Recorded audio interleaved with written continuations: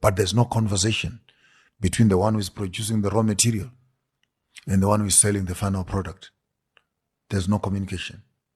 This one wants to buy it for $80 a kg uranium, and he is selling it at $200. This is the French Niger conflict that you have.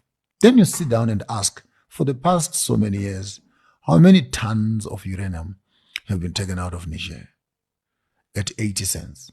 So per every kg that left this country, how many dollars has Niger lost?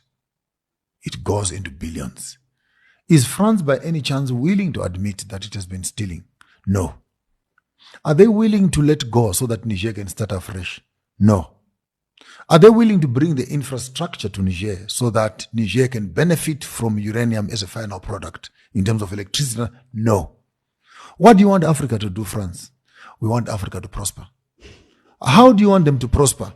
By making sure that we keep their resources and their banks in France here, and we only give them money which is their own tax money as loans and at a good interest for us. So what is the interest of Niger? Nigers have no interests. What are the interests? The only interests that matter are the interest of America and the interest of France.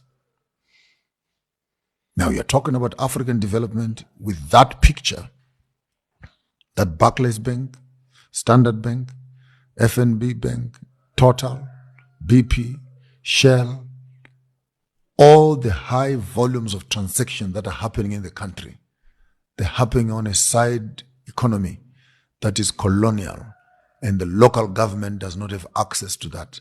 They can only wait for tax, and taxes are on less than 20 to 30% of the total.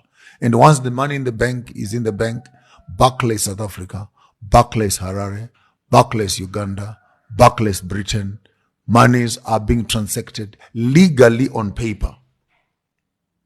Barclays South Africa is allowed to pay Barclays Britain. It's allowed. There's policies in government which tell you how that must be done. When were these policies written? 1920, 1930. Who wrote them? The settlers. Why did they write them? Because they were subjects of the British monarch.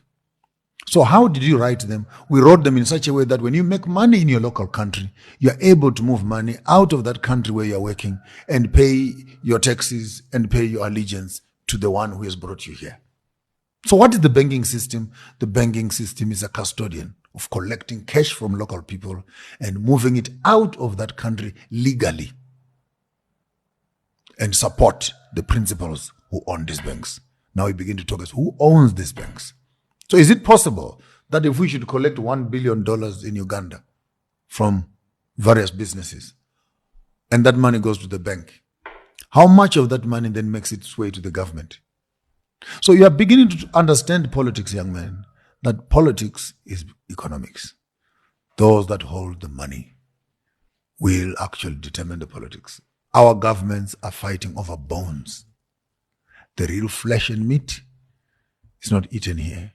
Go to Dubai, go to Mauritius, go to Virgin Islands, go to Swedish banks, go to British banks, and you see how many trillions are constantly being siphoned out of the African economy legally.